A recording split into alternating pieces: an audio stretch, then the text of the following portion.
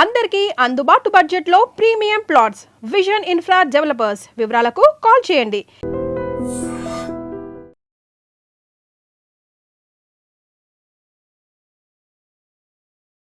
నమస్కారం, ఎట్లున్నారు? చాలా బాగున్నాను. అందరికి క్షణార్థి. అయితే మన తెలంగాణలో ఆట పాట మాట, మన తెలంగాణ సంస్కృతి సాంప్రదాయం అన్నీ కూడా కళ రూపంలో ముందు తరాలకి వెళ్తున్నాయి. ఇప్పుడైతే బోనాలు కూడా జరుగుతున్నాయి కాబట్టి మీరు ఒగ్గు కథ రూపంలో అండ్ ఒగ్గు కథను ఉపయోగిస్తూ బోనాలకి సంబంధించిన విషయాలు మాకు తెలియజేయాలి. అండ్ ముఖ్యంగా బోనాలు ఎలా స్టార్ట్ అయ్యాయి అండ్ దాని స్పెషాలిటీ ఏంటి, ముందుగా దాని గురించి మాట్లాడదాం. బేసికల్గా మనకు తెలంగాణ అంటేనే కొన్ని వేలాది కళారూపాలు, కొన్ని థౌజండ్స్ ఆఫ్ డికేట్స్, వేల సంవత్సరాల నుండి వస్తున్నటువంటి ఒక చరిత్ర కావచ్చు. తెలంగాణకు బోనాల పండుగ కూడా తెలంగాణకే సొంతమైంది. బతుకమ్మ పండుగ తెలంగాణకే సొంతమైంది. బోనాల పండుగ తెలంగాణకే సొంతమైంది. ఏం చేసినా సంథింగ్ డిఫరెంట్. ఇంకొకటి ఏంటంటే, మనము మన దేశమే స్త్రీలను గౌరవించే దేశంగా మనం చెప్తూ ఉంటాం, చదువుతూ ఉంటాం. కానీ ప్రస్తుతం ఉన్న పరిస్థితులలో అది ఆ పేరుకు సార్థకత అనేది తగ్గిపోయింది. పూర్వకాలం కృతాయుగంలో రేణుకమ్మ కాలం, అంటే రేణుకా ఎల్లమ్మ కాలం టైం అది. ఆమె భర్త జమదగ్ని మునిదేవుడు. ఆ జమదగ్ని మునిదేవుడు పంచాక్షరి మంత్రం కోసం వెళ్ళి తపస్సు చేస్తుంటే కార్తవీర్యార్జునుడు, ఆ కథలో విలన్ ఎవరైతే ఉంటారో, ఆయన వదిలిన బాణానికి ఆయన చావు బతుకుల మధ్యలో ఉంటాడు.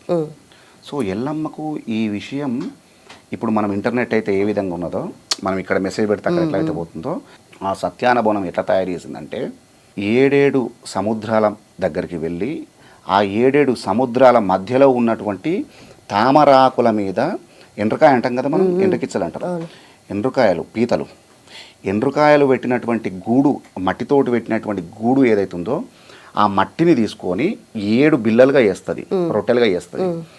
7 రొట్టెలుగా చేసుకొని ఆ 7 రొట్టెలను తీసుకొని పోయి ఆ నడి సముద్రం లోపల తిరుగుతున్నటువంటి సుడిగుండం ఏదైతుందో ఆ సుడిగుండం లోపల దుంకుతుంది. దుంకినప్పుడు ఆ ఒరవడికి, ఆ స్పీడ్కు ఆ రొట్టెలుగా ఉన్నటువంటి మట్టి కుండలుగా మారుతాయి.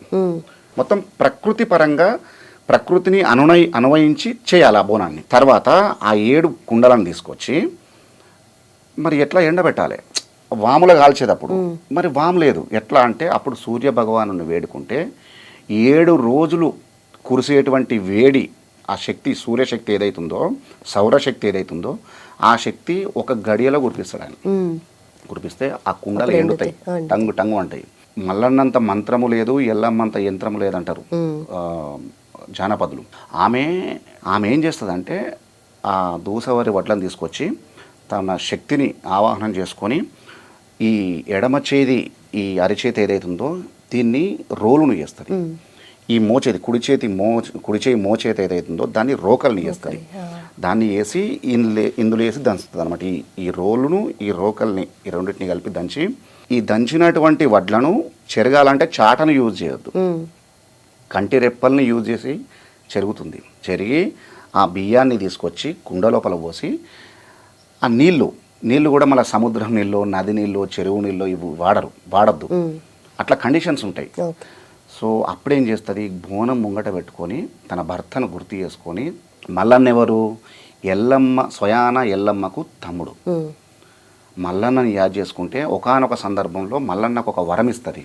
ఆయన పిల్లను, తనకు తగిన పిల్ల దొరకాలని చెప్పి తపస్సు పడుతుంటే ఎల్లమ్మ అడ్డం వస్తే వాళ్ళిద్దరి మధ్యలో ఫస్ట్ ఒకరికొకరు తెలవకుండా లొల్లి పెట్టుకుంటారు. లొల్లి పెట్టుకుంటే అక్కడ కొంచెం వాగ్వాదం జరిగిన తర్వాత తెలుసుకుంటుంది, అదో మళ్ళా చరిత్ర. తెలుసుకున్న తర్వాత, తమ్ముడు నువ్వు తమ్ముని మనక నానా మాటలు అన్నారా, అందరూ దేవాన దేవతలంతా కూడా విభూతితోటి తర్వాత కుంకుమతో లగ్గం చేసుకుంటారు కదా, నువ్వు బండారుతో లగ్గం చేసుకోవాలని చెప్తుంది. మరి బండారు అంటే ఏంటిదంటే, అది మక్కలో ఉంటుంది, మక్క రాజ్యంలో ఉంటుంది. మక్క రాజ్యానికి వెళ్ళి మైసర్ల బండారం తీసుకొచ్చి నువ్వు లగ్గం చేసుకోవాలి తమ్ముడు అని చెప్తే, అప్పుడు ఆమె ఇచ్చినటువంటి ఇన్స్ట్రక్షన్స్ తోటి మక్కకు వెళ్ళి మైసర్ల బండారు తీసుకొచ్చి ఆ చిన్నకొండల మీద ఉంటాడు ఆయన. ఆయన తీసుకొచ్చినటువంటి బండారు అవసరం ఉన్నప్పుడు నేను తీసుకుంటాను చెప్తుంది. ఇప్పుడు అవసరం వచ్చింది, ఎందుకంటే ఈ సత్యాన బోనం తీసుకుపోవాలంటే బండారు అవసరం ఉన్నది, ఆ శక్తి అవసరం ఉన్నది. తమ్ముడా మల్లన్న రా, నాకు బండారు కావాలంటే 7 పిడికిళ్ళు, 7 అక్కజనులకు 7 పిడికిలు పెట్టాలి కదా. మొదటి పిడికిలి ఎల్లమ్మకు పెడుతుంది. ఎల్లమ్మకు పెడితే ఆ బోనానికి కావాల్సినటువంటి బండారు తనకు నుదటకు కావాల్సినటువంటి బండారుని తీసుకొని రౌద్ర రూపంలో ఒక శివశక్తి రూపంలో బయలుదేరి మధ్యలో వాళ్ళు కార్తవీర్యు పంపినటువంటి వాళ్ళు దూతలు వస్తారు, అది ఎంగిల్ చేస్తారు, తర్వాత విషయం అది. సో మొత్తం మీద ఎల్లమ్మ చేసినటువంటి సత్యాన బోనం 7 అంత్రాల బోనం ఏదైతుందో తన భర్తను కాపాడుకోవడం కోసం చేసినటువంటి బోనం మొదటి బోనము. ఇంత చరిత్ర ఉన్నది. సో ఇప్పుడు మనము ఇదే బోనాన్ని ఆనవాయితీగా వస్తున్నటువంటి బోనం ఏదైతుందో ఇప్పుడు ఆషాఢ మాసం శ్రావణ మాసంలో చేస్తున్నాం. ఎందుకు ఈ మాసంలో ఎందుకు చేస్తామంటే ఈ మాసంలో చినుకులు పడతాయి, ఈ మాసంలో వానలు పడతాయి. ఈ వానలు పడుతున్నటువంటి క్రమంలో చినుకుతో పాటు చిన్న చిన్న రోగాలను తీసుకొస్తుంది అది. సో ఈ గాయి గత్తరను తగ్గించుకోవడం కోసము ఆయా గ్రామ దేవతలు ఎవరైతున్నారో, పొలిమేర దేవతలు ఎవరైతున్నారో, పొలిమేర శక్తులు ఎవరైతున్నారో ఆ పొలిమేర శక్తులు ఆ పోచమ్మ కావచ్చు, మైసమ్మ కావచ్చు, పెద్దమ్మ కావచ్చు, దుర్గమ్మ కావచ్చు, గంగమ్మ కావచ్చు, ఇట్లా 7 అక్కజనులు ఎవరైతున్నారో ఈ అక్కజనులకు ఆయా సంస్కృతి సాంప్రదాయాలకు అనుగుణంగా ఆయా కమ్యూనిటీ వాళ్ళు పోయి ఆ కమ్యూనిటీకి చెందినటువంటి ఆడబిడ్డకు బోనం నైవేద్యంగా సమర్పిస్తారు. ఇది బోనం సింపుల్ గా. ఇంత చరిత్ర ఉంది అంటే తెలంగాణ అంటే జనరల్లీ ఇప్పుడు మాట్లాడుకునేటట్టు మొన్న వచ్చిన ప్రత్యేక రాష్ట్రం కాదు, దాని వెనక ప్రతి మాట ప్రతి ఆచారం వెనక ఏదో ఒక కథ ఉంది. అండ్ ఆ కథ అంటే ఇది దేవుళ్ళు దేవతలు మాత్రమే కాదు, మన కల్చర్లో ఇంకిపోయింది మొత్తం అంతా. సో అది ఒక రకమైనటువంటి అస్మితమ్మ, అంటే వెళ్ళిపోయింది. అది చాలా వరకు మనము పొడగొట్టుకుంటున్నాం. మన భాషలో చెప్పాలంటే మనకు మనంగా స్వయంకృతంగా పొడగొట్టుకునేటువంటి ఒక విధంగా చెప్పాలంటే దౌర్భాగ్యం అది. బట్ ఇంత కళారూపాలు కూడా ఇవన్నీ కూడా ఒగ్గు కథ అంటే ఒగ్గు కథ మీరేదో చేస్తున్నారని కాదు, కానీ ఒగ్గు కథనే మిమ్మల్ని చూస్ చేసుకుందేమో అన్నట్టుగా అయిపోయింది. మీరు వాట్సాప్లో కూడా స్టేటస్ అది చూసాను నేను, కింద క్యాప్షన్ ఒగ్గు కథ మిమ్మల్ని చూస్ చేసుకుంది అన్నట్టుగా, బాన్ ఫర్ ఒగ్గు కథ అని చెప్పి. అయితే దీన్ని మనం బోనాల గురించి చెప్పారు, ఇంకా చాలా విషయాలు ఉన్నాయి మాట్లాడుకోవాల్సినవి. బట్ బోనాల గురించి మనకు ఒగ్గు కథ రూపంలో ఎలా తెలియజేస్తారు? అమ్మవారు ఎల్లమ్మ అప్పుడు ఎప్పుడైనా ఈ రేణుకా ఎల్లమ్మ కావచ్చు, పోచమ్మ కావచ్చు, మైసమ్మ కావచ్చు, అమ్మా మాయమ్మ నేను నమ్మి తినల పోషమ్మ నేను వేడితి ముద్దుల గుమ్మ, ఊరే నగరని పేటమ్ము నీ పేరే పిల్లల పెడుగమ్మ, కొండలపైన వెలిసినవు నువ్వు కోయిల పలుకులు వలికినవు, బాటల కడ్డం నిలిచినవు బలవంతుల వట్టుక దుంచినవు, 30 శక్తులు నీ ఎంట నీ ముందట పోత రాజంట, లల్లే లల్లే లెల్లాయిరే తాయిల్లెల్లే లెల్లాయిరే, డమడమడప్పులు కొట్టంగా అగులో బొగులో ఉట్టంగా, ఆర్చికూతలు వెట్టంగా పెడాయి బొబ్బలు లేపంగా, గుబగుబ గుగ్గిల మెయ్యంగా అగులో బొగులో ఉట్టంగా, అమ్మవారు బయలెళ్ళింది ఆదిశక్తి బయలెళ్ళింది. అంటే ఒక అమ్మ బయలుదేరడానికి ముందు ఇవ గింత ఉంటుంది, ఇంకా చాలా అంటే ఒక పాటతో గంట సేపు ఉంటుంది. అమ్మవారు బయలుదేరాలంటే ఎల్లమ్మ కథలు చెప్తాం. అమ్మవారు ఎల్లమ్మ తల్లి ఎల్లమ్మ దేవి జమదగ్ని పూజల కోసం మట్టు మంగళవారం నాడు పుట్టు బుధవారం నాడు పూల గుర్రమెక్కి పూల ఛత్రి పట్టి 7,000 ఏల్పుల వాళ్ళను 12,000 పంపాల వాళ్ళను 101 డప్పు 101 శివసత్తిని ఎంబడబెట్టుకొని బయలుదేరుతుంది ఆమె. అంటే ఆమెతో పాటు ఒక్కొక్క డప్పుకు ఒక్క శివసత్తి, ఒక్కొక్క బోనము, ఒక్కొక్క డప్పంట మా ఊరాలెల్లమ్మ, ఒక్క శివసత్తంట మా ఊరాలెల్లమ్మ, 2 డప్పులాట మా ఊరాలెల్లమ్మ, 2 శివసత్తులాట మా ఊరాలెల్లమ్మ, అదిగో వస్తుంది వస్తుంది మా ఊరాలెల్లమ్మ, వస్తుంది మా ఊరాలెల్లమ్మ, వస్తుంది మా ఊరాలెల్లమ్మ, భారీ సింహం మీద మా ఊరాలెల్లమ్మ, వస్తుంది మా ఊరాలెల్లమ్మ, కోడి పుంజుల మీద మా ఊరాలెల్లమ్మ, అదిగో సూర్యుణ్ణి వట్టింది మా ఊరాలెల్లమ్మ, సుక్కబొట్టు పెట్టింది మా ఊరాలెల్లమ్మ, చంద్రుణ్ణి వట్టింది మా ఊరాలెల్లమ్మ, జడకొప్పుల పెట్టింది మా ఊరాలెల్లమ్మ, తాసుంబాముల వట్టింది మా ఊరాలెల్లమ్మ, తలకిరీటం పెట్టింది మా ఊరాలెల్లమ్మ, నాగుంబాముల వట్టింది మా ఊరాలెల్లమ్మ, నడుము కట్టు కట్టిందో మా ఊరాలెల్లమ్మ, పెద్ద పెద్ద పాములాట మా ఊరాలెల్లమ్మ, పెద్దటేలు డుంగురాలు మా ఊరాలెల్లమ్మ, చిన్న చిన్న పాములాట మా ఊరాలెల్లమ్మ, చిటికెనేలు టుంగురాలు మా ఊరాలెల్లమ్మ. అంటే మీరు ఈ పాటలను అన్నీ గమనించవచ్చు. ప్రకృతిలో ఉన్నటువంటి అంటే మనము ఏదో హార్మ్ఫుల్గా భావిస్తామో, అంటే దాని దగ్గరికి పోతే మనని తింటది మనని గరుస్తుంది అని మనం ఏదైతే భావిస్తున్నామో, మనుషులేం కదా, మనల్ని కాటేయకపోయినా కూడా మనము ఆ పామును కొట్టేస్తాము, చూసి భయపడతాం. కొంతమంది కొడతారు. ఆ పులి వస్తుందంటే భయపడతాం. ఈ భూమి మీద మనిషి బ్రతకడానికి ఎంత హక్కు ఉందో చీమ బ్రతకడానికి కూడా గంతే హక్కు ఉన్నది. కానీ నువ్వు బ్రతకడం కోసము మనం ఇంకోరిని బ్రతకనీయం. అయితే ఒగ్గు కథ అంటే ప్రతి ఒక్కరూ వినదగింది, అందరూ వినాల్సింది. దీంట్లో విలువలు ఉన్నాయి, మన సాంప్రదాయం ఉంది, సంస్కృతి ఉంది. అయితే ఏ ఒగ్గు కథ వింటే అందరికి దీని ప్రాముఖ్యత తెలుస్తుంది అంటారు? ఒగ్గు కథ ఏమైనా జరుగుతుంది అనుకోమ్మా, నేను మీ అందరికి చెప్తున్నా, మన కెమెరా బ్రదర్లకు చెప్తున్నాను, అందరికి చెప్తున్నాను, మీకు కూడా అందరికి చెప్తున్నాను. ఏమన్నా ఒగ్గు కథ జరిగితే మీరు ఒక గంట సేపు ఓపిక చేసుకుని ఒగ్గు కథ వినండి.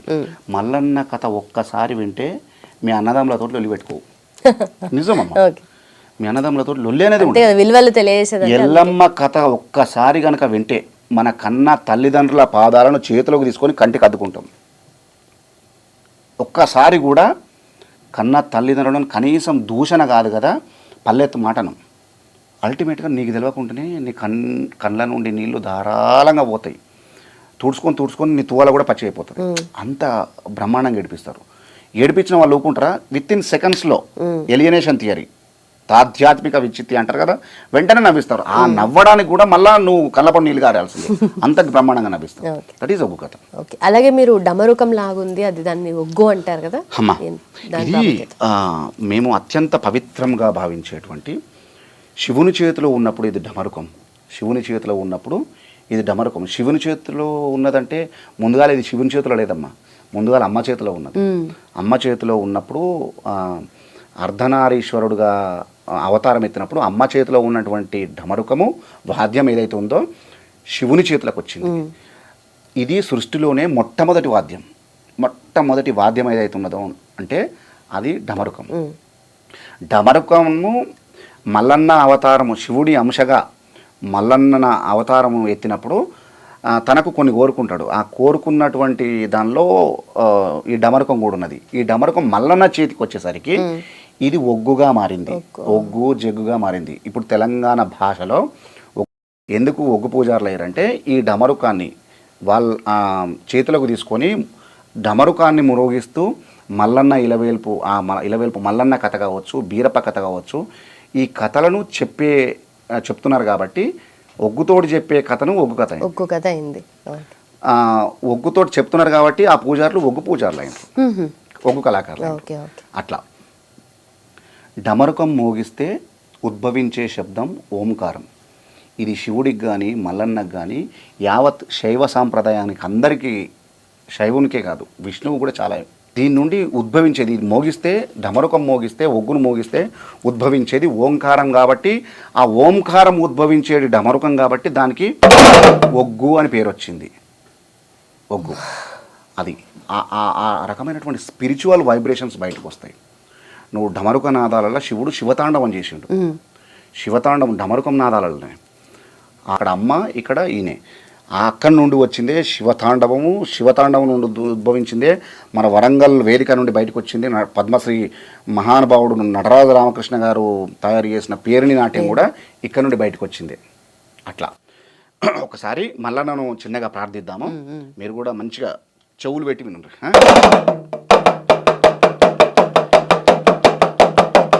శివ శివ నీలకంఠ శివ నీలకంఠ మార్తాండ మైలారులింగ మహాయలకోడి ఎలకోడిగే అయ్య సల్ల సల్లని వాడవు రాజమల్లయ్యో సాయమై రావల మైలారుడా సల్లబండు వల్ల రాజమల్లయ్యో లింగమైన వస్త మైలారుడా లింగమైన వస్త రాజమల్లయ్యో నిత్యడుకుందో మైలారుడా చంగమైన వస్త రాజమల్లయ్యో తినవేడుకుందో మైలారుడం అరుణాయిలేను దేవుడవయ్యో సూర్యుడకు మురలే లింగామం పెదపనం గుల్లల్ల రాజమల్లయ్యో పేరణ దేవుడో మైలారుడం ఐలేని గుల్లల రాజమల్లయ్యో ఆనందపరడో మైలారుడం కౌరెల్లి గుల్లల రాజమల్లయ్యో కోలాట కాడో మైలారుడం ఓదల గుల్లల రాజమల్లయ్యో ఉయ్యారి కాడో మైలారుడం శివ శివ నీ పూజ రాజమల్లయ్యో సత్యగించే ఎల్ల మైలారుడం హరహర నీ పూజ రాజమల్లయ్యో హారతిచ్చే వేల మైలారుడం ఏదుల బండారు రాజమల్లయ్యో ఎగజమయ్య అల్లాయ మైలారుడం భక్తుల బండారు రాజమల్లయ్యో మునిగొడ జిమ్మేవు మైలారుడం పన్నుల బండారు రాజమల్లయ్యో పైజమయ్య అల్లాయ మైలారుడం చుట్టడు బండారుతో రాజమల్లయ్యో పూజల ఏతో మైలారుడం. ఇది అంటే మీరు ఇంట్లో కూడా గమనించండి. మీరు కూడా ఒగ్గు రవి గారు అంటే ఉత్తగా మాట్లాడరు, ఉస్తాద్ ఒగ్గు రవి అంటారు. అంటే ఈ కళారూపంలో మీకు అదొక అద్భుతమైన బిరుదు. అయితే మీకు ఫస్ట్ ఇంట్రెస్ట్ ఎలా స్టార్ట్ అయింది? ఒగ్గు కథ అంటే మీ పేరు చెప్పంగానే అందరికీ గుర్తొచ్చే ఒక ఒగ్గు కథ మా కోసం. బేసికల్గా రవి అంటే ఎవరు గుర్తుపట్టరమ్మా. ఈ భూమి మీద చాలామంది రవిలు ఉన్నారు. మీరు ఇంతకుముందుకు ఒక క్వశ్చన్ అడిగారు కదా,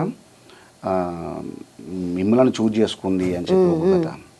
నేనేమంటా అంటే చాలామంది ఏమంటారంటే కోడి కూర్చుందిరా తెల్లారింది అంటారు.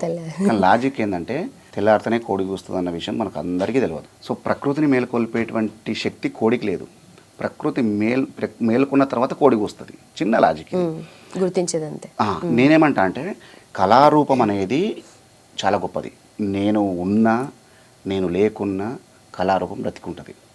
చాలామంది అంటారు నేను లేకపోతే కళారూపమే లేదంటారు. నేను ఒప్పుకోను. నేను ఒక మైల్ స్టోన్ మాత్రమే, చిన్న మైల్ స్టోన్ మాత్రమే. నేను వచ్చినా, నేను కష్టపడ్డా, నాకు కష్టపడ్డంత కీర్తి ప్రతిష్టలు అన్నీ కూడా కళారూపం నాకు ఇచ్చింది. నేను కళారూపానికి ఏమి ఇవ్వలేదు. మీరు పెంపొందిస్తున్నారు కదా ఇప్పుడు పాతతరం వాళ్ళకి ఎవరికి తెలుసు. నేను అదే చెప్తున్నాను. నా పక్కన ఒగ్గు ఉంటే నేను ఒగ్గు రవిననే తప్ప నేనేదో నేను చేయబట్టుకే నేను పుట్ట ముందుకున్నది, నేను చనిపోయిన తర్వాత కూడా ఒగ్గు ఉంటుంది. కానీ మీరైతే నిజంగా అంటే ఒగ్గు కథనే నమ్ముకున్నారు, దాన్నే కళారూపకాన్నే చూస్ చేసుకొని బ్రతుకుతున్నారు. కానీ ఇప్పుడు మీ తాత ముత్తాతల నుండి మీకు వచ్చింది, మీ నుండి నెక్స్ట్ జనరేషన్కి ఇది క్యారీ ఫార్వర్డ్ అవుతుందా అంటే దానికి ఏం చెప్తారు? ఎందుకంటే మన కళ రూపాలు ఎప్పుడు కూడా దాన్ని రాయడమో లేదంటే ఏదో ఒక ఫామ్లో స్క్రిప్ట్ వైజ్ గానో ఎప్పుడు పొందుపరచలేదు. ఒకరి నుండి ఒకరికి అది క్యారీ ఫార్వర్డ్ అవుతుంది. మౌఖిక సాహిత్యం అంటే మీరు అడిగిన క్వశ్చన్ చాలా గొప్ప క్వశ్చన్ అమ్మా అది. ఎందుకంటే వారధి అనేది ఫర్ ఎగ్జాంపుల్ చెప్తున్నాను, ఒక నది యువతల బాధ ఉంటుంది, అవతల బాధ ఉంటుంది, రెండు సైడ్లు ఉంటాయి. యువతల వాళ్ళు అవతలి పోవాలన్నా అవతల వాళ్ళు యువతలు రావాలన్నా ఒక వారధి కావాలి. సేమ్ ఫార్మాని ఇక్కడ మనం ఇక్కడ పెడితే మా తాత నుండి మా నాయన వాళ్ళు మా బాబాయ్ వాళ్ళు తీసుకున్నారు, మా బాబాయ్ల నుండి మళ్ళీ మేము తీసుకున్నాం. మా నుండి నెక్స్ట్ జనరేషన్కి వెళ్ళాలంటే వారధిగా నేను ఉండాల్సిందే. నేను కాకుండా నాలాంటి వాడు ఎవడన్నా ఉండాల్సిందే. వారధిగా మనుషులు లేనప్పుడు కొన్ని రోజులు స్తబ్దత, వారధిగా ఉన్నప్పుడు చాలా చక్కగా మా తాతలు ఎట్లయితే పూలల్లో పెట్టి కళారూపాన్ని మాకు అందించారో మేము బంగారంలో కాకుండా మేము కూడా పూలల్లో పెట్టి నెక్స్ట్ జనరేషన్కి అందించవచ్చు. అందించాలంటే ఓపిక కావాలమ్మా. ఫస్ట్ కళారూపం నేర్చుకోవాలన్నా కూడా ఓపిక కావాలి. ఎంత ఓపిక తెలుసా? ఈ భూదేవికి ఉన్నంత ఓపిక కావాలి. ఇప్పుడు మరి మీరు వారధిగా ఉంటున్నారా? ఎలా చేస్తున్నారు? 29 ఏళ్ళు అదే చేస్తున్నారు. ఇప్పుడు నెక్స్ట్ జనరేషన్కి, ఎందుకంటే ఇప్పుడు మీకున్నంత ఓపికనో లేదంటే ఇంత సహనంతో మీరు నేర్చుకున్నారు, దాన్ని ముందుకు తీసుకెళ్ళడానికి చాలా కష్టపడుతున్నారు. బట్ నెక్స్ట్ జనరేషన్ వాళ్ళకి తీసుకోవడానికి రెడీగా ఉన్నారు. మేము అదృష్టవంతులం. ఈ జనరేషన్ చాలా అదృష్టవంతులు. ఎందుకంటే చాలా చూసినాం. ఒకప్పుడు పెద్దలు ఏం చెప్పేదంటే నువ్వు ఎప్పుడు పుట్టినావు నాయనమ్మ, లేకపోతే ఎప్పుడు పుట్టినావా తాత అంటే కైలాబ్ పడేట వరకు ఒక 15 ఏళ్ళు ఉండొచ్చు అంటారు. స్కైలాబ్ పడ్డది కదా, అప్పటి వరకు నాకు తెలివి వచ్చిందిరా అనేది. దాన్ని ఎగ్జాంపుల్గా తీసుకునేది, ఒక మైల్స్టోన్గా తీసుకునేది. ఒకప్పుడు విద్య నేర్చుకోవాలంటే ఖచ్చితంగా గురువు చెప్పితేనన్నా వినాలే, లేకపోతే గురువుతోటి ప్రయాణం అన్నా చేయాలి. అయితే మీరు చెప్పినట్టుగా ప్రతిసారి కూడా ఒకరు నేర్చుకున్నప్పుడు ఒకరి నుండి ఇంకొకరికి క్యారీ ఫార్వర్డ్ అయినప్పుడు వాళ్ళు దాన్ని ఇంప్రూవైజ్ చేయడము లేదంటే కొత్త విషయాలు దాంట్లో జోడించడం ఇవన్నీ జరుగుతుంటాయి కదా. అంటే ఎప్పటికప్పుడు కొత్త రూపం చూస్తుందంటారా? అట్లా కాదు, కొత్త రూపం అని కాదు. ఇప్పుడు ఫర్ ఎగ్జాంపుల్ గంగా ప్రార్థన ఉన్నదమ్మా. గంగా ప్రార్థన ఉన్నది. గంగను శరణు మహాయంభారాని శాంభవీరాణి శంభావీరాణి కరుణజోడు మముగన్నా తల్లి గంగా భవాని గణకల్పవల్లి, ఇది గంగా పాట. కానీ ఈ రాగము ఒకప్పుడు లేదు. ఒకప్పుడు ఎట్లుండనంటే శరణమ్మ మహాపాలి శంభవీరాని శాంభవీరాని కారణించు ధోనకొండ గంగారావమ్మ దేవి మాయమ్మ అని చెప్పి ఆ ట్యూన్లో ఉండే. పట్టు మూటాలు గట్టి పాలేరు మీద పాలతోటి పూజలు కొన్న పరమా కళ్యాణి పాకీర్తి గంగా. ఎన్ని పాలు వచ్చినాయి లెక్క పెట్టిందా? నీలి మూటాలు గట్టి నీలేరు మీద నీళ్లతోటి పూజలు కొన్న నీలవేణివమ్మో నీలదాక్షివమ్మ. ఎన్ని నీళ్ళు వచ్చినాయి లెక్క పెట్టు? 6 వచ్చినాయి కదా. గంగా ప్రార్థన కాంచెలి మొదలు పెడితే మంగళం పాట వరకు కూడా ఇదే ప్రాస ఉంటుందమ్మా. ప్రాస అని వాళ్ళకి తెలియదు. కానీ ప్రాస అద్భుతమైన ప్రాస దాగున్నది. ఇంకొక విషయం చెప్పాలా, ఇందులో ఒగ్గు కథ చెప్తుంటే తదేకంగా చెవులు నిక్కబెట్టి ఇట్లా వినడానికి గల కారణం ఏంటంటే ఆ రాగాలు ఒకవైపు అయితే గొలుసు మాటలు అనే ఒకటి ఉంటాయి. ఇప్పుడు గంగపాట మొత్తం చెప్పినా 1 hour పాడిన అనుకో, గంగపాట భావాన్ని మొత్తం ఒక సెంటెన్స్లో చెప్తారు వాళ్ళు. లాస్ట్కి గంగపాట వాడిన తర్వాత ఓహోహోహో ఆయన గంగను ఎందుకు ప్రార్థన చేయాలి, గంగను ఎందుకు వేడుకోవాలంటే తాగేది గంగ, తలకు పోసుకునేది గంగ, కుండల పోసేది గంగ, కూరాట్లో పోసేది గంగ, తొక్కేది గంగ, మొక్కేది గంగ, సకల చండాలము వాపేది సత్యవీర గంగ. ఒకవేళ గంగ కరుణించకపోయినా, ఋతువుగా వర్షం పడకపోయినా, అనువుగా పంటలు వండకపోయినా ఈ ప్రజల కష్టం ఏ ప్రభుత్వం తీర్చలేదు. ప్రభుత్వాన్ని తీసుకొచ్చింది అంటే వాన పడలేదు అనుకో, వాన పడకపోతే నీకు వాటర్ ఎవరు తెచ్చిపోతారు, ఎన్ని ట్యాంకర్లు తెచ్చిపోతారు. అసలు భూమి భూతాల లోకంలో వాటరే లేనప్పుడు ఏ బోర్లు పోస్తాయి, ఏ బాయిలు పోస్తాయి. అందుకోసానికైనా గంగ కరుణిస్తేనే ఋతువుగా వర్షాలు పడుతున్నాయి, ఋతువుగా వర్షాలు పడితేనే అనువుగా పంటలు పండుతున్నాయి, అనువుగా పంటలు పండితేనే ఈ ప్రజల కష్టం తీరుతుంది. కాబట్టి ఎంతటి పండితుడైనా ఎంతటి పామరుడైనా గంగను ప్రార్థించవలసిన అవసరం ఎంతైనా ఉన్నదమ్మా అని చెప్తారు. సో మనం పొద్దున లేచిన దగ్గర నుంచి వెళ్ళి నైట్ పడుకునేంత వరకు, పొద్దున లేవంగానే మనం దంతధావనం చేయాలి, ముఖం కడుక్కోవాలి, వాటర్ అవసరం. అక్కడి నుంచి వెళ్ళి మొదలు పెడితే రాత్రి పడుకునేంత వరకు, అంటే మనము పడుకునే ముందు ఒక గ్లాసు నీళ్ళు తాగుతాం, లేకపోతే ఇంత ఛాయ్ అన్న తాగుతాం, లేకపోతే ఇంత గ్రీన్ టీయో అదో ఇదో తాగుతాం, దానిలో కూడా నీళ్ళే కావాలి. అంటే అల్టిమేట్గా గంగ లేకపోయినా ఈ జగము గడి ఉండదు, ఒక గంట కూడా బతకదని చెప్పారు. కాబట్టి గంగను ఎవరైనా పండితుడైనా పామరుడైనా గంగను ప్రార్థన చేయాలి. అలాగే మీరు ఇందాక అన్నట్టుగా తెలంగాణ అంటే కోటి రతనాల వీణ మాత్రమే కాదు, కోటి కళల ఖజానా అన్నట్టుగా మనకు ఇప్పుడు బుర్రకథ ఉంది, అలాగే హరికథ ఉంది, యక్షగానం ఉంది, అలాగే పగటి వేషాలు ఇవన్నీ కూడా ఉన్నాయి. దాంట్లో మనకు ఒగ్గు కథ, దేని ప్రత్యేకత దానికి ఉంది కదా. అయితే దీన్ని మనం ముందుకు తీసుకెళ్లే ప్రయత్నంలో చాలా చోట్ల చాలా సందర్భాల్లో మీరు దేవుళ్ళు పూజల దగ్గర కానీ, ఇలాంటి గుళ్ళ దగ్గర కానీ, ఇలాంటి జాతరల దగ్గర, బోనాల దగ్గర మీరు పార్టిసిపేట్ చేస్తూ ఉంటారు, దాన్ని ఒగ్గు కథలు చెప్తూ ఉంటారు కదా. అయితే గ్రామ దేవతలు అనేది కాస్త కొంచెం సాంస్క్రిటైజేషన్ అవుతుంది, ఈ కొంచెం అంతా యూటర్న్ తీసుకొని డిఫరెంట్ వైపుగా వెళ్ళిపోతుంది అన్నట్టుగా కూడా జరుగుతున్నాయి మాటలు. అసలు ఏం జరుగుతుంది, నిజంగా గ్రామ దేవతలు ఉనికి కోల్పోతున్నాయి అంటారా? గ్రామదేవతల ఉనికి ఎప్పుడు కోల్పోవు, ఎందుకంటే ప్రకృతి ఉనికి ఎప్పుడు కోల్పోతాం. వీళ్ళంతా ప్రకృతి దేవతలు. పొద్దుగాలు లేవంగానే సూర్యభగవానుడు బయటకు వస్తాడు, నువ్వు రంగు మారుదామన్నా మారడు ఆయన. సో నువ్వు లాంగ్వేజ్ ఏదైనా మారుదామన్నా మారడు, ఆయన లాంగ్వేజ్ ఆయనకు ఉంటుంది. సో అట్నే మనము మనుషులు ఏంటంటే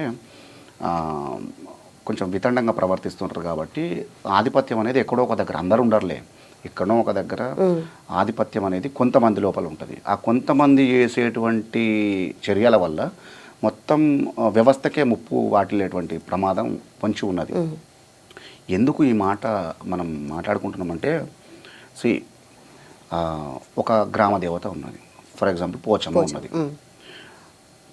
పోచమ్మ వేరే దేవుడు అంటే 4 శక్తులు, లేకపోతే ఇట్లా 4 భుజాలు, లేకపోతే 10 తలకాయలు అట్లా ఉండదమ్మా. గ్రామాలలో ఎవరు కానీ పోచమ్మ అంటే ఆ గ్రామానికి మొదటి వైద్యురాలుగా భావిస్తారు, మొదటి డాక్టర్ పోచమ్మ. ఏ కష్టం వచ్చినా ఆరోగ్యపరంగా మొట్టమొదట పోయేది పోచమ్మ దగ్గరికి పోతారు. ఎందుకు? ఆ రకమైనటువంటి వచ్చినటువంటి ఆ రుగ్మత ఏదైతుందో ఆ రుగ్మతను 2-3 రోజులలో పొడగొడుతుంది ఆమె. ఎట్లా పొడగొడుతుంది? ఆమె ఇంజెక్షన్ ఇస్తుందా, గోళీ ఇస్తుందా, ఏమైనా మందు పెడుతుందా? అంతకంటే గొప్పదైనటువంటి ఆ రకం ఆ రుగ్మతకు సంబంధించినటువంటి దీవనార్థులు ఇస్తుంది కదా. మల్లన్న దేవుడు రోజు పొద్దుగాల లేవగానే 3 గంటలకు ఆయన మేల్కొల్పి చేస్తాం. ఇప్పుడు శివశివ నీలకంఠ సిద్ధగించేటి అల్లా, బసవయ్యని పూజ ప్రార్థన చేసేటి అల్లా అని చెప్పి పొద్దున 3 గంటలకు ఆ రాగాలు ఒగ్గులు పాడేటువంటి రాగాలతోటి ఆయన మేల్కుంటాడు ఆయన. సో అంత గొప్ప గర్భగుళ్ళకి పోయి ఆయన దగ్గర పోయి ఇక లేవయ్య స్వామి, మనం వెంకటేశ్వర స్వామికి సుప్రభాతం, కౌసల్య సుప్రజారం ఏదైతే ఉందో, లైక్ ఇక్కడ దళిత బహుజనులలో లేకపోతే మధ్యతరగతి ఈ ప్రజలలో వాళ్ళకు ఒక సుప్రభాతం ఇది. మల్లన్నకు ఎల్లమ్మకి ఇష్టమైనటువంటి వాద్య పరికరం ఏంటిది? జమడిక కదా. జమడికేనన్నా కనబడదా? ఎల్లమ్మకి ఇష్టమైనటువంటి బండారు కదా. ఆ బండారు ఎక్కడన్నా కనబడ్డదా? పూలలో పెట్టారు బ్రహ్మాండంగా. ఆమె కోరుకున్నటువంటి ఆడంబరాలన్నీ తీసుకొచ్చి పెట్టారు. మనసుకు ఇష్టం లేని మనకు ఇష్టం లేని వ్యవస్థలన్నీ తీసుకొచ్చి పెట్టి తన మనసుకు ఇష్టమైనటువంటి తను కోరుకున్నటువంటి ఇంతకుముందు చెప్పిన కదా 7,000 ఏలుపల వాళ్ళు, 12,000 పంబాల వాళ్ళు, 101 డప్పు, 101 శివశక్తి, 6 భైన్ల వాళ్ళు, వీళ్ళందరినీ తీసుకొచ్చుకుని ఆమె పరివారం కదా వీళ్ళంతా. ఈ పరివారాన్ని అంతా మీరు బయటికి నెట్టేసి సో ఎక్స్ట్రా ఇవన్నిటిని యాడ్ చేసి మీరు ఇప్పుడు శాస్త్ర ప్రకారం ఒక వేద మంత్రోచ్చారణ చేస్తారు. ఫర్ ఎగ్జాంపుల్ ఆమెకి ఏమర్థమవుతుంది? సో ఆమెకు అర్థం కాంది ఆమె ఏ విధంగా మీకు దీవెనార్థులు పెడతారు. మీరేం చేయలేకపోతున్నారా? ఇప్పుడు ఎప్పటి నుండో ఉన్నారు కదా మీరు దీంట్లో, ఏం చేయలేకపోతున్నారా? అమ్మా ఇది నేనేమంటే ఇది ఒక ప్రభుత్వంలో ఉన్నటువంటి దేవాదాయ ధర్మాదాయ శాఖ చేసేటువంటి పని, ఇది డ్యూటీ. నేనేమంటే ఎల్లమ్మకు కలుశాఖ పెట్టాలి. కొత్తగా ఉంటుందని చెప్పి నువ్వు మంచి కాస్ట్లీ ఫారెన్ విస్కీ తీసుకొచ్చి ఎల్లమ్మకు పోతే నడుతుంది. ఇది మనం చేస్తున్నటువంటి తప్పులు ఇవేమ్మా. ఇవి మార్చుకుంటే బాగుంటుంది. బోరంచ పోచమ్మ గుడి ఉన్నది. బోరంచ పోచమ్మ కాడ ఆ పేర్లు కూడా మార్చేసారు. వాళ్ళు చెప్పేటప్పుడు కూడా పోచ మహాదేవి నామదేశ అని చదువుతారు. ఇప్పుడు మనము రెగ్యులర్గా మన ఇంట్లో అమ్మలాగా ఒక పెద్ద ఆడబిడ్డలాగా భావించుకున్నటువంటి పోషమ్మ తల్లి దగ్గర పోషవ దగ్గరికి పోయినాం అంటాం. ఎడికి పోయించారంటే పోషవ దగ్గరికి పోయినాం, మైసవ దగ్గరికి పోయినాం అంటాం, లేకపోతే మల్లన్న దగ్గరికి పోయింటాం. అన్న అవ్వ అమ్మ అని భావించుకునేటువంటి మనం పోచ మహాదేవి అంటే మనకు చాలా దూరం అయిపోలేదు పిలుచుకునే విధానంలోనే. సరే, ఇదంతా దేవుళ్ళ గురించి, దేవతల గురించి, పూజలు, గుళ్ళు కాదు, మన నేటివిటీ కూడా మిస్ అవుతుంది కదా ఇక్కడ. ఒక్కటి నేను ఇంకొక విషయం ఏం చెప్తాంటే, ఎప్పుడైతే నువ్వు ఆ సంబంధిత పూజారులను బయటికి అంటే లోపల రానియకుండా చేసి బయటికి పంపించినామో, వాళ్ళకు స్థానం లేకుండా చేసిర్రో, ఆ పూజారులు ఎప్పుడైతే బయటికి వెళ్ళిర్రో, ఇన్ని ఏళ్ళ కొన్ని థౌజండ్స్ ఆఫ్ డికేడ్స్ నుండి వచ్చినటువంటి సంస్కృతి, సాంప్రదాయం, అస్మిత, ఐడెంటిటీ ఇది ఏదైతుందో అంత వాళ్ళతోటే పోతుంది. ఉన్నది ఓడగొట్టుకొని లేని దానికోసం చేయి చాపుతున్నాం. ఇది ప్రాబ్లం. అమ్మ నా కొడుకుకు, నా బిడ్డకో లేకపోతే కొడుక్కో తల్లి అయింది, అమ్మవారు అయింది. అమ్మవారు తగ్గితే నీకు కోడి పిల్లని కోస్తాను మొక్కుకుంటాను. రైట్? కోడి పుంజుని తీసుకుపోయి ఆడ కోసుకొని సరే ఆమెకు కొంచెం అర్పితం చేసి తీసుకొస్తారు. ఇప్పుడు తల్లి అయితే కోడిపిల్లను కోసుకుందాం అనుకున్నటువంటి ఈ రోజులలో అక్కడ శ్రీచక్ర ప్రతిష్టాపనలు చేశారు. ఎక్కడైతే బలి జరిగే చోటున శ్రీచక్ర ప్రతిష్టాపన చేయాలనేటువంటి ఆలోచన ఏదైతుందో అదే మొదటగా తప్పు. శ్రీచక్రం గొప్పదమ్మా, రెస్పెక్ట్గా చాలా గొప్పది, మహిమాన్వితమైంది. నేను నమ్ముతాను, నువ్వు నమ్మాల్సింది, అందరు నమ్మాల్సింది. కానీ ఎక్కడుండాలనో అక్కడ ఉండాలి. కానీ తీసుకొచ్చి పోచమ్మ దగ్గర పెడతా, బలులు జరిగే చోటన పెడతా. నేను ఇప్పుడు ఎల్లమ్మ దగ్గర పెట్టిర్రు.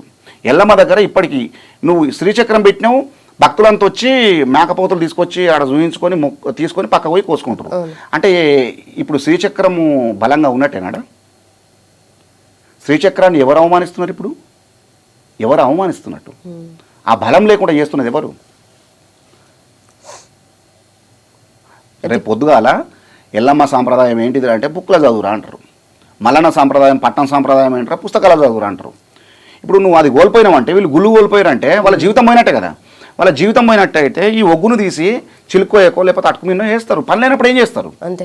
వాళ్ళు కూలికో, నాలికో, బత్తాయిలో, లేకపోతే ఇప్పటికీ చాలామంది కళాకారులు, శ్రేష్టమైనటువంటి లబ్ధ ప్రతిష్ఠులైనటువంటి కళాకారులు, పూజారులు అంతా కూడా తన పనులను వదులుకొని పాలకూరలు అమ్ముకుంటూ, బత్తాయిలు అమ్ముకుంటూ, స్టవ్ పొయ్యిలు, శారదకథ కళాకారులు అయితే మరీ వాళ్ళ జీవనం అయితే చెప్పరానటువంటి పేదరికానికి వెళ్ళిపోయారు.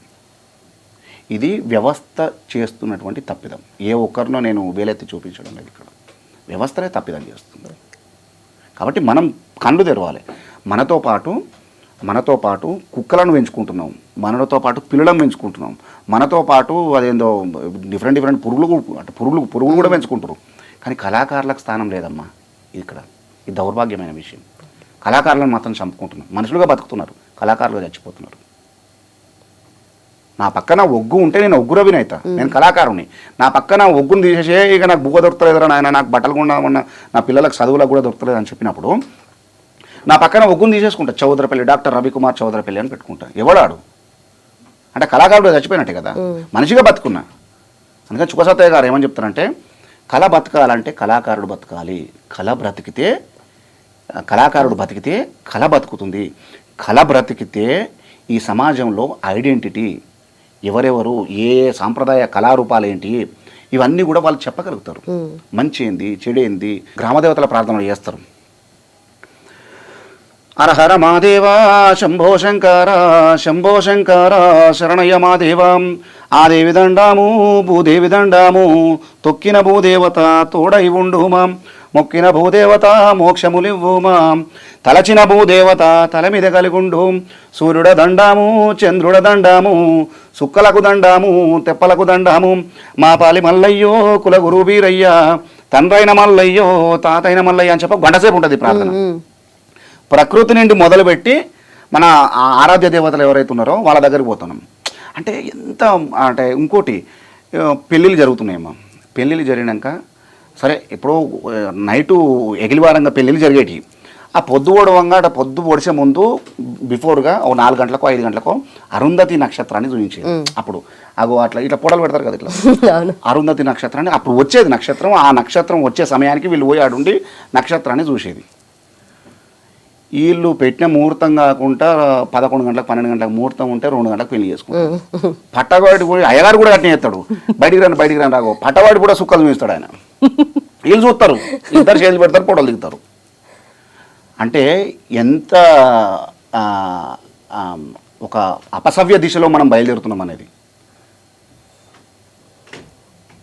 అంటే వాళ్ళకి తెలుసు. సూచించడానికి పట్టవాడి కూడా అరుంధతి నక్షత్రం ఉంటుందని చెప్పి అయ్యగారు తెలుసు, ఆ నక్షత్రం ఉండదు మనం ఉత్తైనా చూస్తున్నాం అని చెప్పి వీళ్ళకి తెలుసు. కానీ ఆ పెళ్లి కూడా డమ్మి. ఏం లాభం చెప్పు. అంటే మనం చేసుకునేటువంటి ఆ బ్రహ్మ ముహూర్తం ఏదైతుందో ఆ ముహూర్త కాలంలో మనం పెళ్ళిళ్ళు చేసుకోకపోవడం వల్ల, లేకపోతే అపసవ్య దిశలో అమ్మ ఇంకొకటి చెప్తున్నా, మీరు ఎవ్వరు ఏమనుకోవద్దు, ఇది ఖచ్చితంగా మీరు కట్ చేయొద్దు. ఇది పెళ్ళికి ముందు ఒకప్పుడు అమ్మ నాయన చూసేటోళ్ళు అమ్మాయిని, లేకపోతే పిల్లనో అమ్మ నాయన చూసేటోళ్ళు. సరే పిల్ల బాగుందిరా లేకపోతే పిల్లగాడు బాగుంటారా అని చెప్పి పెళ్ళిళ్ళు నిశ్చయాలు జరిగేది. కాకుంటే ఇంకో కొంచెం అడ్వాన్స్ ఉంటే ఒకసారి చూస్తాను ఆయన, లేకపోతే అమ్మాయిన అబ్బాయిని ఒకసారి చూయించుకొచ్చి వచ్చేది. మళ్ళీ పెళ్లినాడే చూసేది. పెళ్లినాడు మధ్యలో కూడా బట్ట పెడతారు. ఎందుకు? కారణం నువ్వు చిలకర బెల్లం పెట్టేదాకా తాళి కట్టేదాకా అమ్మాయి ముఖం చూడొద్దు. ఇది దాని అర్థం. అమ్మా ఎంగేజ్మెంట్ అయిందో లేదో ఆ పెళ్ళికి ముందే ఇదేదో షూట్ ఉంటారు కదా, దాన్ని ఏమో షూట్ అంటారు, ప్రీ వెడ్డింగ్ షూట్. ఎవరమ్మా అంటే నేనేమంటున్నా అంటే ఆ సంస్కృతి పెళ్ళి అయ్యేదాకా బట్ట అడ్డం పెట్టి పుస్తకం కట్టేదాకా ముఖం చూడనటువంటి మన సాంప్రదాయమే ఇవాళ పెళ్ళి కాక ముందుకే ప్రీ వెడ్డింగ్ 3-4 రోజులు పోతున్నారు. ఏం దౌర్భాగ్యం అది. అంటే పెద్దలు పనిలేక చెప్పలేదమ్మా, మన మంచి కోరే చెప్పినారు. పెళ్ళి అయితే ఏం కాదు, సరే పెళ్ళి అయితే అట్లా పోవడమే తప్పు. ఫస్ట్ వీళ్ళు ఎట్లా తోలిస్తారు, తల్లిదండ్రులు ఎట్లా తోలిస్తారు, వాళ్ళు ఎట్లా పోతారో నాకు తెలియదు. కానీ సరే పెళ్లి దాకా వస్తే పెళ్లి దాకా రాకముందుకే ఆగిపోయినటువంటి వ్యవస్థలు చాలా ఉన్నాయి. ప్రీ వెడ్డింగ్ షూట్ జరిగిన తర్వాత ఇప్పుడు ఎవరు నిందించాలి? తప్ప ఎవరు దనాలి? పిల్లలు దనాలనా, తల్లిదండ్రులు దనాలనా, ఎవరు దనాలి? ఇది మనం గమనించుకోవాలమ్మా. అంటే అపసవ్య దిశలో మనం తిరగవద్దు. కృతాయుగంలో రేణుకా ఎల్లమ్మ తల్లి కార్తవీర్య మహారాజు చేత శీలభంగానికి గురి కాబడ్డది. తత్కారణంగా ప్రయత్నం చేసిండు ఆయన. చేస్తే తత్కారణంగా ఒక్కడు చేసినటువంటి క్షత్రియ వంశంలో కార్తవీరుడు ఒక్కడు చేసినటువంటి తప్పుకు పరశురాముడు ఎదిగిన తర్వాత తన గండ్ర గొడ్డలి చేత క్షత్రియ వంశస్థులు ఎంతమంది ఉన్నారో కృతాయుగం అయిపోయి కొస వరకు కూడా ఎక్కడ క్షత్రియుడు ఉన్నా తెగ నరుక్కుంటూ వచ్చిండు.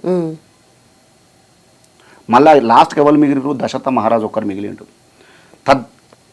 ఆయన అనంతరం వచ్చింది మళ్ళీ రాముడు, ఆ తర్వాత క్షత్రులు మళ్ళీ ఉన్నారు. అంటే ఒక్కడు చేసిన తప్పుకు స్త్రీల భంగం చేయాలనుకున్నప్పుడు గంత మోసం జరిగింది. తర్వాత కృతయుగం అయిపోయిన తర్వాత త్రేతాయుగంలో సీతమ్మను చెరపట్టడానికి రావణాసురుడు ప్రయత్నం చేసిండు. ఒక్కడు చేసిన తప్పిదమే కదా. రావణాసురుడు ఒక్కడు చేసిన తప్పిదానికి రావణాసుర యుద్ధం జరిగింది కదా. యుద్ధం జరిగి రాముని చేతిలో మొత్తం రావణాసురుని వంశం ఏదైతుందో సర్వసుందరమైనటువంటి ఆ లంకా రాజ్యం ఏదైతుందో రాజ్యం వినాశనం మొత్తం జరిగింది కదా. ఒక్క సీతమ్మను చెరబట్టబోయి. ఓకే, ద్వాపర యుగం. ద్వాపర యుగంలో నిండు సభ లోపల 100 మంది కౌరవులు ఉన్నటువంటి ప్లేస్లో ద్రౌపది ఒక్క ఆడబిడ్డను కొంగులాగిరాళ్ళు శీలభంగం చేయడానికి ప్రయత్నం చేశారు.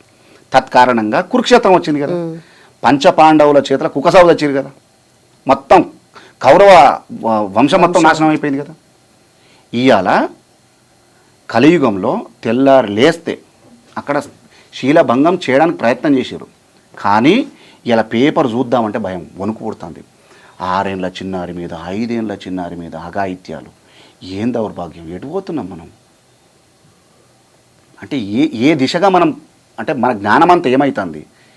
మనము రాకెట్లు వేరే గ్రహం మీదకి పంపించేటువంటి మన జ్ఞానము ఒక ఆటో నమ్మి ఒక ఆటో ఆయన చేతిలో ఆటో ఎక్కించి ఒక్కదాన్ని పంపాలంటే భయపడుతున్నారు తల్లిదండ్రులు. ఇలా నిన్న గుజరాత్లో అక్కడెక్కడో జరిగింది. ఒక ఆడపిల్ల ఒక కొండ మీదకి పోతే దుర్మార్గులు ఒక 7-8 మంది కలిసి అఘాయిత్యం చేసి చంపేసారు.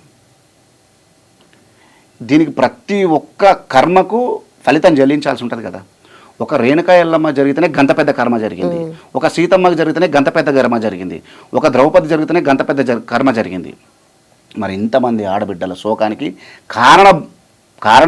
కారణభూతం కాదు, కారణమవుతున్నటువంటి ఈ వ్యవస్థలో మనము ప్రతిదానికి ప్రతి కర్మకు మనం చెల్లింపులు అనేది చేయాలి కదా. కాబట్టి స్త్రీ శోకం అనేది ఉండకూడదమ్మా. స్త్రీ శోకం ఉన్న చోట నువ్వెంత పచ్చటి మడిని తయారు చేయాలనుకున్నా కూడా అది ఎడారి అవుతుంది తప్ప ఆ పంట పొలాలుగా మారవు అవి. అది గుర్తుంచుకోవాలి.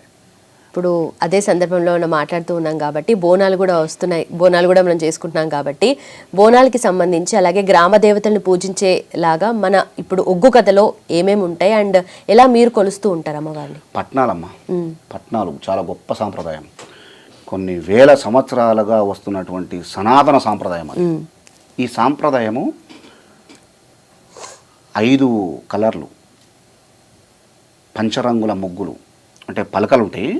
ఆ పలకల చేత ఆ పట్నం వేసి ఆ పట్నం మీదకి మల్లన్న దేవుణ్ణి, బీరన్న దేవుణ్ణి లేకపోతే అమ్మవార్లను తీసుకొచ్చి ఆ పట్నం మీద పెట్టి బండారేయడము, అవన్నీ కూడా సత్సాంప్రదాయంగా కొన్ని వేల సంవత్సరాల నుండి వస్తున్నటువంటి సాంప్రదాయం. ఈ సాంప్రదాయం ఏదైతే ఉందో ఒగ్గు సాంప్రదాయం ఇంకా నిలబడి ఉండడానికి కారణం ఏంటంటే ఈ షెపర్డ్ కమ్యూనిటీ ఏదైతుందో గొల్ల కుర్మలు ఎవరైతున్నారో ముఖ్యంగా ఇళ్ళల్లో ఒక ఆడపిల్ల పెళ్లి చేయాలన్నా ఒక మగపిల్ల కానీ పెళ్లి చేయాలన్నా ఫస్ట్ పట్నం వేయాలి. లింక్ అనేది ఉంది అక్కడ. సో తన జీవితానికి లింకు అనేది వాళ్ళ జీవితానికే ఉన్నది కాబట్టి ఈ ఒగ్గు కళారూపం ఇంకా ప్రవర్ధమానంగా ప్రజ్వరిల్లుతుంది. లేకపోతే వాళ్ళ జీవితానికి కనుక లింకు లేకపోతే ఈ ఒగ్గు కళారూపం కూడా ఎప్పుడో కాలగర్భంలో ఉండిపోవు. చాలా కళారూపాలు ఇట్లా లింకు లేకపోవడం వల్ల, జీవితాలకు లింక్ లేకపోవడం వల్ల కొన్ని వదిలిపెట్టారు కొంతమంది. అంటే అభివృద్ధి చెందుతున్నాం అన్నటువంటి సాకుతోటి వాళ్ళు ఎందుకురా, మనకు వీళ్ళు ఉన్నారు కదా వీళ్ళని తీసుకొచ్చుకున్నాం, వాళ్ళ ప్లేస్లో వీళ్ళు వస్తే కథం అయిపోయాయి. ఇన్ని రోజులు వచ్చినటువంటి ఆ సాంప్రదాయం సత్సాంప్రదాయం అంతా కాలగర్భంలో కలిసిపోయాయి.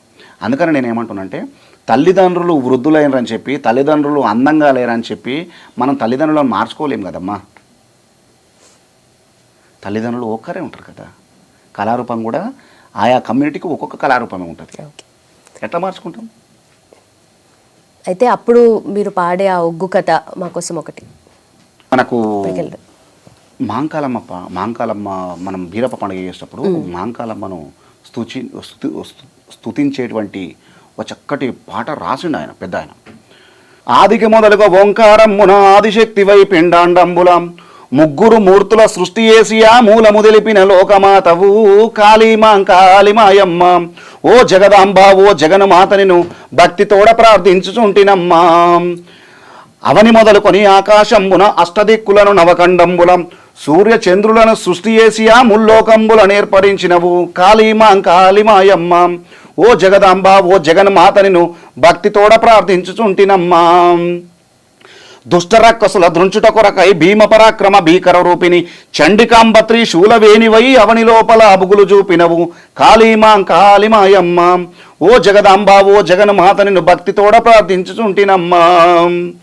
వస్త్రయుగ్మ యజ్ఞోపవీతములు పట్టుమూట జరుతారు వస్త్రములు సల్వటద్దముల సన్నపురవికలు కనకదుర్గని కానుకలివిగో కాళీమాయమ్మ ఓ జగదాంబ ఓ జగన్మాత నిన్ను భక్తితోడ ప్రార్థించుచుంటినమ్మా. నానాభూషణ పత్రిపుష్పములు మల్లెముల్ల విరజాజు గులాబులు నానాభూషణ పత్రిపుష్పములు మల్లెముల్ల విరజాజు గులాబులు మరువంబును కురు వేరు దవనము అందమైన వనమాలలు నీకు కాళీమాయమ్మ ఓ జగదాంబ ఓ జగన్మాత నిన్ను భక్తితోడ ప్రార్థించుచుంటినమ్మా. మంగళగౌరికి మంత్రిపుష్పములు అంగనమనులు ఆలాపింపగా సుగంధ పరిమళ నొదట తిలకములు శాంభవే నిమమ్మాధరింపుమా కాళీమాయమ్మ ఓ జగదాంబ ఓ జగన్మాత నేను భక్తితోడ ప్రార్థించుచుంటినమ్మా. ఆయ్ కలకత్తులో నేను కాళీ అందురు బొంబాయిలో మా అమ్మాయి అని అందరు లస్కరులో కాళీ అందరు నమ్మిన వారికి ఇమ్మై ఉన్న కాళీమాయమ్మ ఓ జగదాంబ ఓ జగన్మాతని భక్తితోడ ప్రార్థించుచుంటినమ్మా. ఇది అంటే ఎంత ఎంత అద్భుతమైనటువంటి వచనాలతోటి ఆయన అమ్మవారిను 41 రోజు సుఖసతయ్య గారు ఆవాహనం చేసుకుని దొడ్డిలో బర్ల కొట్టం ఉంటుంది కదా, బర్ల కొట్టంలో అమ్మవారిని నిలుపుకొని ఒక రూపాన్ని నిలుపుకొని అంకాలమ్మకు 41 రోజులు ఉపాసన చేసి అద్భుతంగా ఆ పాటను రాసిండు. ఒక పాటనే కాదు, అద్భుతం, ఇంకా చాలా పాటలు ఉన్నాయి. అయితే అందరికీ ఇప్పుడు కరెక్ట్ అయ్యే విషయంలో అంటే ప్రభుత్వం గురించి కావచ్చు, ఇప్పుడున్న సొసైటీ కండిషన్స్ని బట్టి కావచ్చు, ఒగ్గు కథ ఆ రూపంలో చెప్పాల్సి వస్తే ఏం చెప్తారు? ప్రభుత్వం గురించి చాలా ఎన్నికలలో చాలా రకాలుగా పాటలు పాడినాము. తెలంగాణ ఉద్యమం గురించి పాటలు పాడినాము. తెలంగాణ ఉద్యమానికి ఒగ్గు కథకి చాలా ప్రత్యేక అనుబంధం ఉన్నది. ఒగ్గు డోలుకు అనుబంధం ఉన్నది. ఇవాళ ఉన్నటువంటి నాయకులు వేదికలు నెక్కి మాట్లాడిరంటే ఆ జన సమీకరణ అంతా చేయగలిగింది వీళ్ళు కదా. ఒగ్గు కళాకారులు కావచ్చు, డప్పు కళాకారులు కావచ్చు, జండిక కళాకారులు కావచ్చు, ఈ వాద్య పరికరాలను మోగించుకుంటూ ఆ కళాకారులు బయటకు వచ్చిర్రు, ఉద్యమంలో నేరుగా పాల్గొన్నారు కాబట్టినే కదా ఇవాళ ఉన్న నాయకులందరూ కూడా వేదికలకి మాట్లాడగలిగారు. కానీ బిహైండ్ ద స్క్రీన్ వెనుక ఉన్నటువంటి వీళ్ళ కష్టాన్ని మర్చిపోవద్దు. ఫైనల్లీ మా అందరి కోసం ఒక ఒగ్గు కథ అందరికీ యూజ్ అయ్యేది, ఎందుకంటే ఆ మాట పాట దాంట్లో ఒక నెరేటివ్ స్టైల్ ఉంటుంది, అందరికీ తెలియజేసే ఒక కథ ఉంటుంది. ఆ రూపంలో ఏం చెప్పాలి? రైట్. ఇప్పుడు అమ్మవారి రూపం గురించి వర్ణిస్తారు ఒగ్గు కళాకారులు. బీరప్ప దేవుడు మాంకాలమ్మ మేడ దగ్గరకు వచ్చి అక్కా మాంకాలని కూతలు పెడతాడు. తమ్ముడి మాటలు విన్నటువంటి అక్క 7 ఏళ్ల నాడు సబలక్ష మంద కాపలు పోయిన నా తమ్మునికి ఏమి ఆపద కలిగిందని చెప్పి అమ్మవారు మాంకాలమ్మ ఎడవన 7 మంది, కుడిన 7 మంది, 7 14 మంది దాసి కన్యలు విలయ వింధ్యామనుడు చేస్తున్నారు. అమ్మవారి రూపం ఎట్లుందంటే 20 చేతుల వీర మాంకాలి, 12 చేతుల పాకీర్తి మాంకాలి, పోసిన కాసె పురి విప్పలేదు, 4 భుజములు శంఖము చక్రము గదావన మాల పద్మము ధరించిన మాంకాలమ్మ 7 మేడల్ల ఎండి మేడల్ల టుంగుటుయ్యాల మీద కూర్చొని ఉన్నది. ఎడవన 7 మంది, కుడిన 7 మంది, 7 14 మంది దాసి కన్యలు విలయ వింధ్యామనులు చేస్తూ ఉన్నారట అని చెప్పి అమ్మవారి రూపం. ఒక అమ్మను కీర్తించాలంటే నేను ఎందుకు అమ్మనే ఎక్కువ కీర్తిస్తా అంటే అమ్మను మొక్కితే వరాలు తొందరగా ఇస్తుంది. నువ్వు మన ఇంట్లో కూడా నాయనని అడిగితే పైసలు తొందరగా ఇయ్యాడు. అదే అమ్మ దగ్గర పోయి అమ్మ నాయన పైసలు ఇస్తున్నాడంటే దాచుకున్న డబ్బులన్నీ ఇస్తుంది లాస్ట్కు. అందుకని చాలా మంది అమ్మ కీర్తనలు ఎక్కువ చేస్తారు. రైట్. శాంభవి గంభీర భైరవి దేవి జగదంబ నీదు మహిమలెన్నంగా నిజముల తరమగునా జనని వీరగోల ఒక చేత వీరము ఒక్క చేత పసుపు కంచుడు ఒక చేత పద్మమొక్క చేత ఆ గావు పిల్ల ఒక చేత ఘటము ఒక్క చేత అమ్మవారు నీదు మహిమలెన్నంగా నిజముల తరమగునా. ఒక డైలాగ్ చెప్పిండు. అంటే అమ్మవారి లోపల ఎన్ని శక్తులు ఉంటాయి అనేది ఆ పాటల వైపు చెప్పిండు. అంటే తమ్ముణ్ణి ఒక భగవాని పట్నం పంపించినప్పుడు అమ్మ భయపడుతుంటుంది, మాంకాలమ్మ భయపడుతుంటుంది. నువ్వు భగవాని పట్నం పోతున్నావు తమ్ముడా, ఏమన్నా ఆపదలకు వచ్చిన లే నేను నీ తమ్ముడిని కదా, నీ ఆజ్ఞ నీ దీవెనలు నా మీద ఎప్పటికుంటాయని చెప్పి అప్పుడు బీరప్ప దేవుడు ఒక డైలాగ్ చెప్తాడు. అంటే బేసికల్గా ఈ ఓరల్ ట్రెడిషన్లో కథాగాన పద్ధతిలో డైలాగ్ వర్షన్ అనేది చుక్క సత్తయ్య గారితో స్టార్ట్ అయింది. అక్కామాంకాలిని తమ్ముడు వీరభద్రుడు అసమర్థుడు అనుకుంటివా? ఈ వీరభద్రుని గుండెల్లో మండుతున్న హోమాగ్ని అగ్ని పర్వతాలు బద్దలు కాజేసి సప్త సముద్రాలు అల్లకల్లోలం చేసి విషప్రయోగముల చేత మా తల్లిదండ్రి ప్రాణములకు భంగము కలిగించిన ఆ కుర్ర శత్రువుని కని తురంగ చతురంగ గణబల సైన్యములను ఈ శివదత్తమైన వీరకటార్చి కండలుగా చీల్చి చెండాడి రథోరథ సాగరగతి పాల్చేసి మా మామ జుట్టు నా గుర్రపగాలు కట్టుకొని వాని 7 బిడ్డలా తీసుకొచ్చి నీ పాదముల పైన పడవేస్తాను, నన్ను వైభవముగా దీవించి పంపు అని చెప్పి ఒక డైలాగ్ చెప్తాను. చాలా ఆమె దీవనార్తి పెట్టి పంపిస్తుంటది. పంపిస్తుంటే గంగాదేవి అడ్డం వస్తుంది. ఈయన వెళ్తున్నటువంటి ఆ స్పీడ్కు ఆ గంగాదేవిని చెప్పినా కదా ఇంతమందుకు, మనం ప్రకృతిని ఏం చేసినా కూడా నువ్వు స్టేజ్ ఎక్కుతున్నావు అనుకో, ఫర్ ఎగ్జాంపుల్ మీరున్నారు, మీరందరూ ఆ అన్న కెమెరా చేస్తున్నాడు, ఈ అన్న కెమెరా చేస్తున్నాడు, మీరు యాంకరింగ్ చేస్తున్నారు, మీరిడికి వచ్చేటప్పుడు కూడా ఈ స్టూడియోలోకి అడుగు పెట్టేటప్పుడు కూడా మనసు నుండా స్మరించుకొని ఈ ఈ ఈ అమ్మకు దండం పెట్టి వస్తే ఇయ్యాల అనుకున్నంత పేరు రాకపోయినా వస్తుంది, మ్యాక్సిమం వస్తుంది. రాలేదు కదా అన్న, నువ్వు చెప్పినావు కదా అంటే వస్తుంది, కొంచెం విల్ టేక్ టైం, కానీ తప్పకుండా వస్తుంది. మనం ఏదైతే పంచభూతాల స్మరణ ఏదైతుందో, అన్న కెమెరా చేస్తుండు, కెమెరాకు దండం పెట్టాలి. ఇంకొక అన్న వాటర్ తీసుకొస్తాడు, ఆయన శక్తి ఏం తక్కువ కాదు, ఆయనే. అంటే ఎక్కడైతే మనకు ఇక్కడ బువ్వ అందిస్తుందో ఆయా క్షేత్రంలో ఆ క్షేత్రానికి మనం దండం పెట్టాల్సిందే. నేను ఒగ్గును ముట్టుకుంటే కాలు చెప్పులు వేసుకోను, ఇది తీసుకొని సంచిలో పెట్టిన తర్వాతనే మళ్ళా పాదరక్షలు ధరించడం జరుగుతుంది. అంటే అంత పవిత్రంగా భావించగలగాలి, అంత గొప్పగా అంత భక్తితో మీరు ఉండాలి. నేనే కాదు, మనం ఎవరైనా అట్లే ఉండాలి. సో డాక్టర్లు మీరు గమనించారా? ఇంకొక విషయం కూడా చెప్తారు. డాక్టర్లు అయితే విద్య ఎంబీబీఎస్ ఎండీలు ఎంఎస్ చేస్తారు కదా, వాళ్ళు సర్జరీ చేసేటప్పుడు ఆ బ్లేడ్కి దండం పెడతారు. ఇది గమనించవచ్చు మీరు. ఎందుకంటే ఆపరేషన్ సక్సెస్ కావాలంటే ఎంత మేధస్సు ఉన్నా కనిపించని శక్తి ఒకటి మనకు సహకరించాలి. కొండంత ప్రతిభే కాదు, గోరంత అదృష్టం తోడుగాలంటారు కదా, ఆ అదృష్టం కనిపించని పవర్ ఇస్తుంది మనకు. సైంటిస్టులు ఉంటారు కదా, మన రాకెట్లు ఇస్రో సైంటిస్టులు కానీ వాళ్ళందరూ వాళ్ళు రాకెట్ ప్రయోగం చేసేటప్పుడు వాళ్ళ ఇష్టమైన దేవుడు మన తిరుమలకు పోయేస్తారు. లేదు, అంత ప్రయోగం జరుగుతున్నప్పుడు ఇక కౌంట్ డౌన్ స్టార్ట్ అవుతుంది కదా, 10, 9, 8, 6 అంటారు కదా, అంటున్నప్పుడు అంతా ఊపిరి బిగబెట్టుకొని లాస్ట్కి కొత్త చేతులు. అంటే కనిపించని దైవానికి ఎవరైతే ఉంటారో వీడికి వస్తారు సైంటిస్టులే కదా, మరి వాళ్ళ దగ్గర విద్య ఉన్నది కదా, సత్వం ఉన్నది కదా, మరి ఇదేందుకు? నమ్మకం. అంతే, అంటే ఒక నమ్మకం, బిలీఫ్. దేవుడు ఎక్కడో లేడు, ఎక్కడ చూసుకుంటే అక్కడ ఉంటాడు. కాబట్టి ప్రతి పని చేసే ముందు మనం మంచి చేయకపోయినా పర్లేదు, ఎస్పెషల్గా ప్రకృతికి. నేను ప్రకృతి గురించే పదే పదే పదే పదే ఎందుకంటున్నానంటే, ప్రకృతి విధ్వంసం, స్త్రీ శోకం, ఈ రెండు ఎక్కడైతే జరుగుతాయో అక్కడ పచ్చదనము, వాళ్లకు ఆనందము ఇవి ఏముండవు, కన్నీళ్ళు శోకం తప్ప ఏముండవు. ఎప్పుడైతే స్త్రీ శోకానికి గురి కాకుండా ఆనందంగా, ప్రకృతి మాత కూడా ఆనందంగా ఎప్పుడుకుంటుందో మానవ సమాజం కూడా మంచిగా ఉంటుందని చెప్పి గురువు గారు చెప్పారు.